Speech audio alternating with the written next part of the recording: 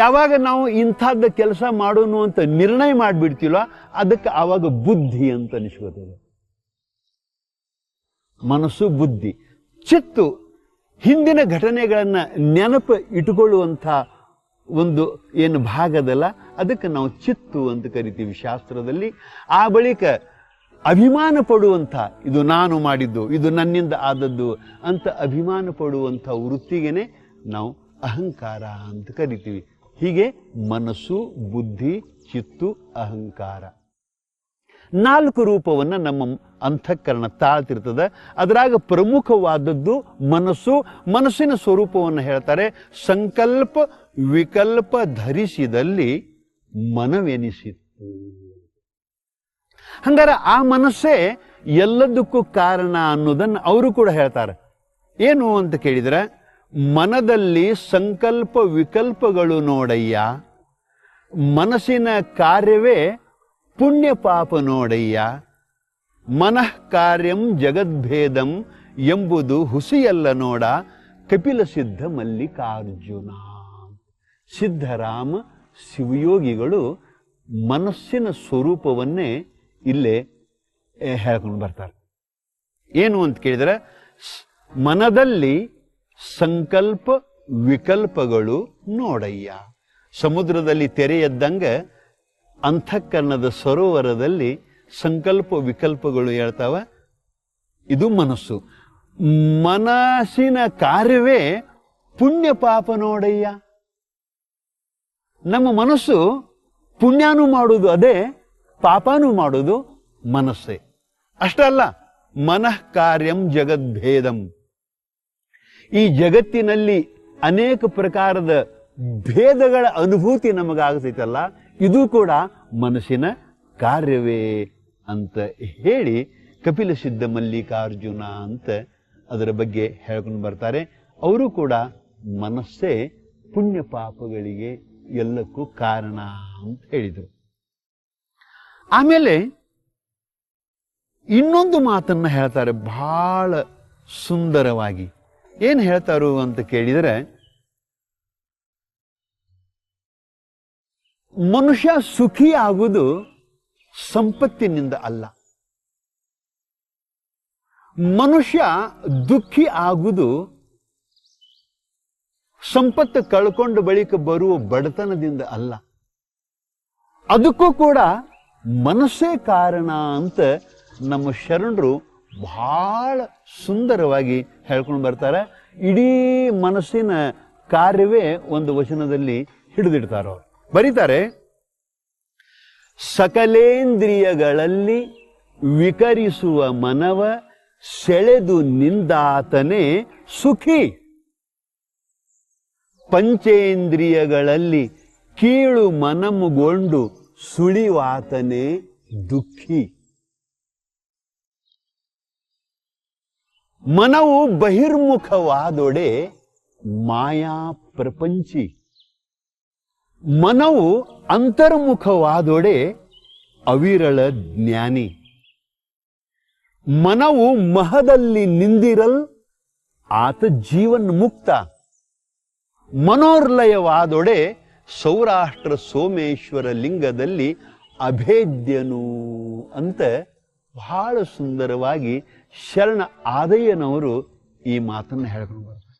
ನೋಡ್ರಿ, ಬಸವಣ್ಣವರ ತರಬೇತಿ ಎಷ್ಟು ಸುಂದರವಾಗಿತ್ತು, ಎಷ್ಟು ಆಮೂಲಾಗ್ರವಾಗಿ ಮನಸ್ಸಿನ ಬಗ್ಗೆ ವಿಶ್ಲೇಷಣೆಯನ್ನು ಮಾಡ್ತಾರೆ ಶರಣರು.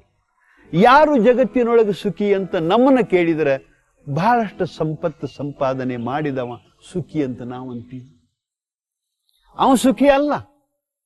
ಬಹಳ ವೈಜ್ಞಾನಿಕವಾಗಿ ಬರೀತಾರೆ, ಸಕಲೇಂದ್ರಿಯಗಳಲ್ಲಿ ವಿಕರಿಸುವ ಮನವ ಸೆಳೆದು ನಿಂದಾತನೇ ಸುಖಿ.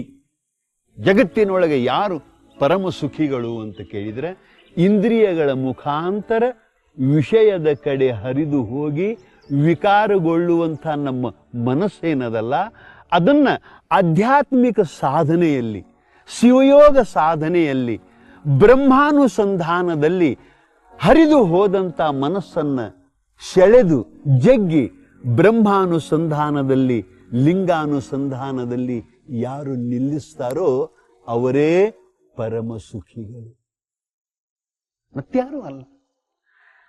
ಅವ ನೋಡಲಾಕ ಶ್ರೀಮಂತನಿರಬಹುದು, ಏನೂ ಇಲ್ಲದೇನೆ ಇರುವಂಥ ಬಡವನಿರಬಹುದು, ಆದರೆ ಅಂತರಂಗದಲ್ಲಿ ಪರಮ ಸುಖಿ. ಸಕಲೇಂದ್ರಿಯಗಳಲ್ಲಿ ವಿಕರಿಸುವ ಮನವ ಸೆಳೆದು ನಿಂದಾತನೇ ಸುಖಿ. ಇನ್ನು ದುಃಖಿ ಯಾರು ಅಂತ ಕೇಳಿದರೆ, ಪಂಚೇಂದ್ರಿಯಗಳಲ್ಲಿ ಕೀಳು ಮನಮುಗೊಂಡು ಸುಳಿವಾತನೇ ದುಃಖಿ.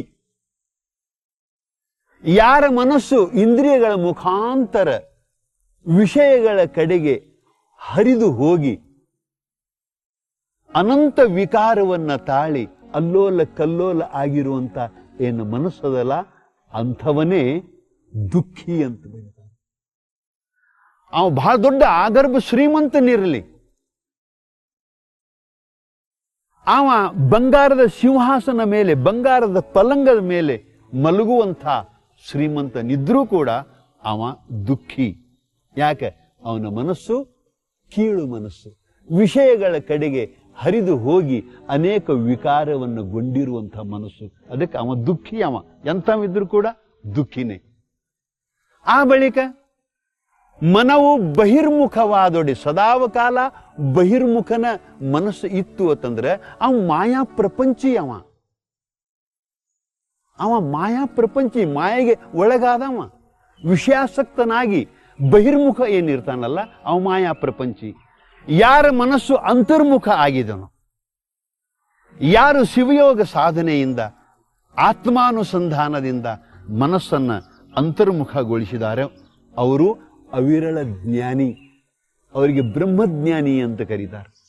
ಯಾರ ಮನಸ್ಸು ಮಹದಲ್ಲಿ ನಿಂತಿರ್ತದನೋ, ಅಂದ್ರೆ ಪರಮಾತ್ಮನಲ್ಲಿಯೇ ಸದಾವಕಾಲ ಅವರ ಮನಸ್ಸು ಯಾರ್ದು ನಿಂತಿರ್ತದನೋ ಅವರಿಗೆ ಜೀವನ್ಮುಕ್ತರು ಅಂತ ಕರೀತಾರೆ, ಅವರಿಗೆ ಅನುಭಾವಿಗಳು ಅಂತ ಕರೀತಾರೆ, ಅವರಿಗೆ ಶಿವಯೋಗಿಗಳು ಅಂತ ಕರೀತಾರೆ, ಜೀವನ್ಮುಕ್ತರು ಅಂತ ಕರೀತಾರೆ.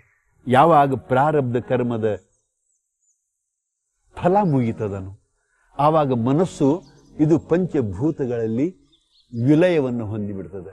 ಮನೋರ್ಲಯವಾದೊಡೆ ಸೌರಾಷ್ಟ್ರ ಸೋಮೇಶ್ವರ ಲಿಂಗದಲ್ಲಿ ಅಭೇದ್ಯನು, ಅಂದ್ರೆ ವಿದೇಹ ಮುಕ್ತ, ಲಿಂಗಾಂಗ ಸಾಮರಸ್ಯವನ್ನ ಹೊಂದಿದವ ವಿದೇಹ ಮುಕ್ತ ಅಂತ ಕರೀತಾರೆ. ಹಾಗಾಗಿ ಈ ಎಲ್ಲ ಮನುಷ್ಯ ಸುಖಿ ಆಗುವುದಾಗಲಿ, ದುಃಖಿ ಆಗುವುದಾಗಲಿ, ಮಾಯಾ ಪ್ರಪಂಚಿ ಆಗುವುದಾಗಲಿ, ಜ್ಞಾನಿ ಆಗುವುದಾಗಲಿ, ಜೀವನ ಮುಕ್ತನಾಗುವುದಾಗಲಿ, ವಿದೇಹ ಮುಕ್ತನಾಗುವುದಾಗಲಿ, ಇದೆಲ್ಲ ಮನಸ್ಸನ್ನೇ ಅವಲಂಬಿಸಿರುವುದರಿಂದ ನಮ್ಮ ಮಹಾತ್ಮರು ಹೇಳಿದರು, ಮನ ಏವ ಮನುಷ್ಯಾನಾಂ ಕಾರಣಂ ಬಂಧ ಮೋಕ್ಷಯೋಗ.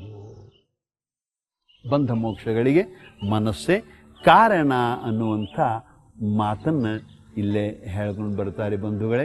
ಬಹಳ ಅದ್ಭುತವಾಗಿರುವಂಥ ಮನಸ್ಸಿನ ವ್ಯಾಖ್ಯಾನ, ಮನಸ್ಸಿನ ವಿಶ್ಲೇಷಣೆ.